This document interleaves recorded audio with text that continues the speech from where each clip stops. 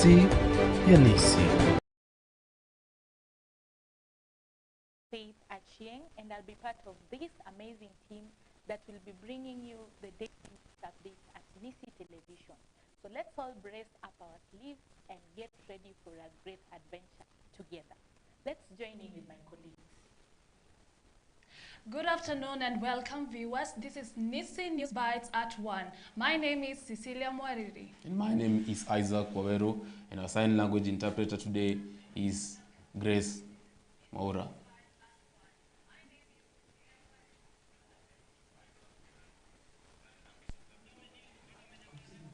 Independent Electoral and Boundaries Commission IEBC clears main aspirant in the 9th August polls. The two main aspirants, William Ruto and Raila Odinga, have their dates with the IEBC chairman Wafula Chebukati.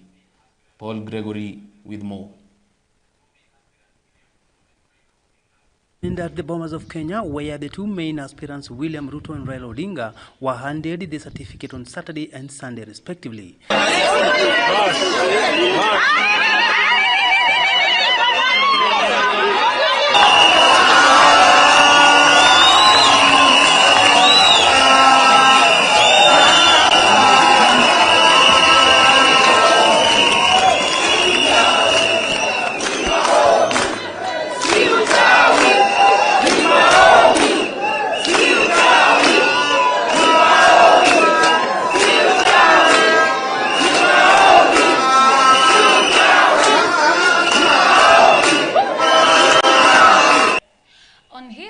William Ruto, who was cleared to vie for the top seat in the country on Saturday, asked IEBC to make sure the elections are conducted free and fair. While receiving his certificate, the Azimio presidential candidate defended the members of the fourth estate on allegation that they are being biased and not objective enough. To conduct a free, fair and credible elections on 9th August. That Kenya Kwanza has confidence in the Independent Electoral and Boundaries Commission. We are confident that you are up to the task.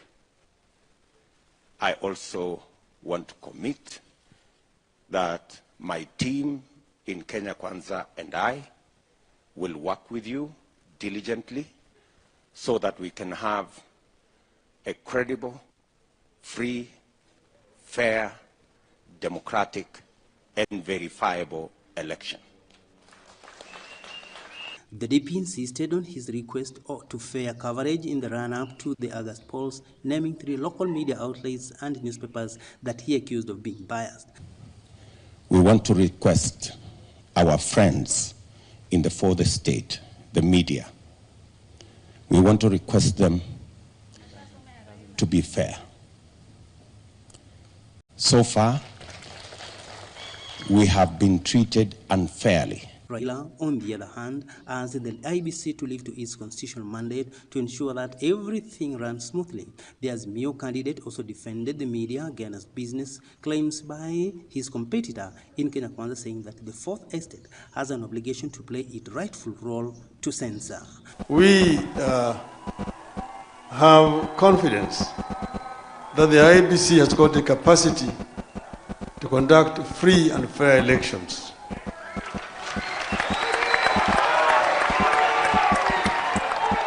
We therefore would like to urge you to live by the script and do exactly what the people of Kenya expect of you. We want to say and to promise you that we are going to conduct ourselves as candidates and also members of our movement in a manner that conforms with the requirements of the electoral laws, Constitution of the Republic of Kenya. We would like to see a free and fair electoral process. We want this exercise to be done also in a free manner. We want Kenyans to be able, on the 9th of August, to freely express their will, to speak clearly that this is what the Kenyans want. Reporting for Nisiv Bytes, my name is Paul Gregory. Now, thank you for that news. Survivors of the Grizzly Road accident in Kayonyo, Kitui County that left over 10 people dead have come out to recount the last moments before the Saturday night tragedy. It has emerged that the driver of the 14-seater Matatu, which had over 20 people aboard, was drunk and drove recklessly. 9 people died on the spot at the scene of the accident, while 2 others died on the Saturday morning at the hospital while receiving treatment. Report by Faith Nthenya. Survivors of the Grizzly Road accident in Kanyonyo, Kitui County that left over 10 people dead have come out to recount the last moments before the Saturday night tragedy. It has emerged that the driver of the 14-seater Matatu, which had over 20 people aboard, was drunk and drove recklessly. 9 people died on the spot at the scene of the accident, while 2 others died on Saturday morning at the hospital while receiving treatment. Majority of the victims were family members who were coming from a dowry negotiation ceremony of a man identified as Vundi Mwendwa, who was lucky to survive the accident. According to Kitui Police Commander Lea Kithei, the accident occurred around 11:50 p.m. at Kanyonyo Junction along the Thika Kitui Highway, only 4 kilometers to the final destination. Victims who sustained serious injuries have since been referred to the Kenyatta National Hospital, while bodies of the 12 have been taken to Kitui Level 4 Hospital Morgue. Reporting for Nisi Television, I am Faith Nthenya. Dozens killed in a mass shooting at a local church in Nigeria as armed gunmen opens fire and detonates explosive. Reported by Isaac Wawero. At least 50 people were killed in a Catholic church in Nigeria following a mass shooting in Owo Estate. Other victims who were injured at the attack are receiving treatment in Federal Medical Center in Owo. The state police could not confirm the total number of casualties, nor could they identify who's behind the attack. Ondo Estate Governor said in his Twitter account that he was shocked by the attack and referred to it as a Black Sunday in Owo. The governor promised to commit every available resource to hunt down the assailant and make them pay. The attack comes 7 days after another church tragedy that left 31 people dead and other people injured during a stampede at a church event in southeastern Nigeria city.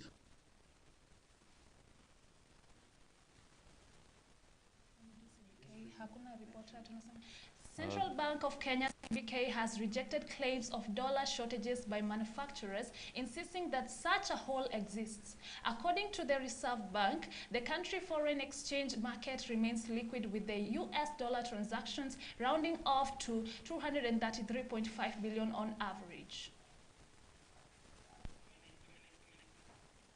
On to other news, the government has extended the dusk dawn curfew in Marsabit by a month. This follows the lapses of the earlier 30 days curfew imposed in May to curb the insecurity in the region.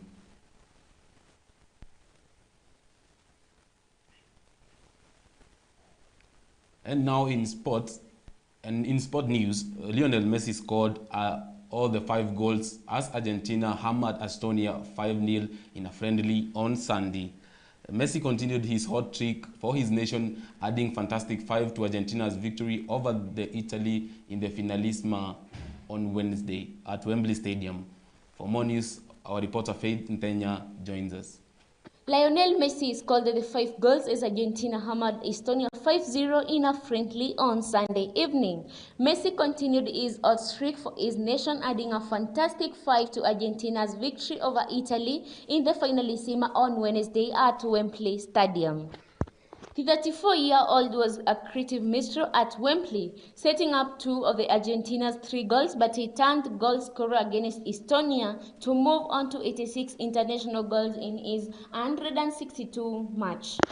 The Paris Saint-Germain star opened the score with an 8th-minute penalty in Spain and had completed his hat-trick by the 47th minute. That was Messi's 8th international hat-trick for Argentina, but it was to get better for the playmaker.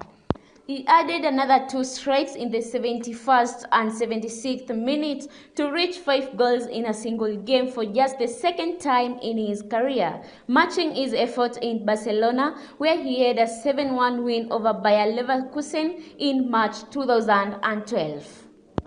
Messi's efforts also matched the best goal-scoring performance for the Argentina in a single match. He was already well clear at the top of the charts as Argentina's record goal scorers, and he has now matched Manuel Soran in 1925 and Juan Mavesi in 1941 by netting 5 times in a game. Reporting for Nisi Television, my name is Faith Ndenya.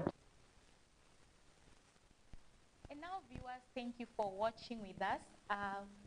May you join us at 7 p.m. for Kurunzi Anisi, which is in Swahili, and then later on at 9 p.m. we'll be giving you again other news in English. For our social media handles, check us out on Nisi Television in all platforms.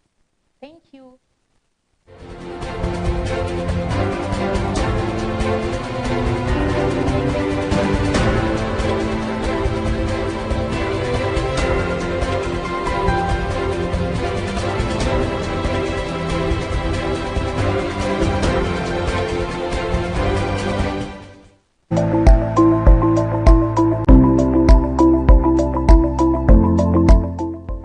Welcome to Nisi Television, the house